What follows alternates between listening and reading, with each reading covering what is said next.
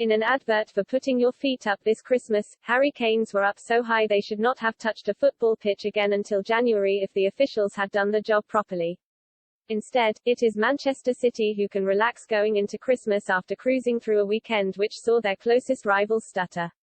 Armband of brothers, Gary Lineker was never booked. Brian Robson, in his Middlesbrough days, arrived so late with some tackles he was still wearing a United shirt.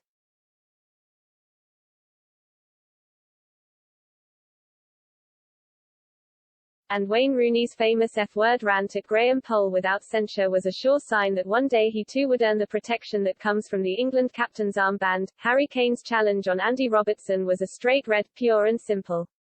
Paul Tierney should have seen that on the pitch. If not, Chris Kavanagh should have told him to have another look from the VAR booth. On his podcast, Peter Crouch credited another England captain, John Terry, with pioneering calling referees by their first names to cozy up to them, and the only conclusion it is possible to reach from White Hart Lane is that the officials were just a little bit star-struck.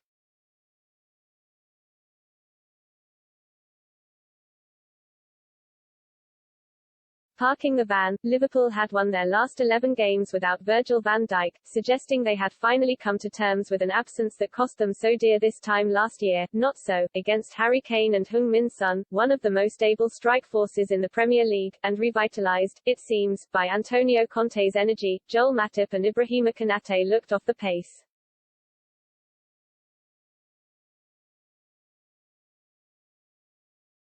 Tottenham could have been 4 ahead by the time Liverpool equalised, and with Kane, Son and Ali pulling the trigger, usually you would expect it to be game over. Ibrahima Konate was eventually signed to fill the chasm that appeared when Van Dijk was injured in October, but he still has some growing to do in the Premier League before he can plug the gap completely.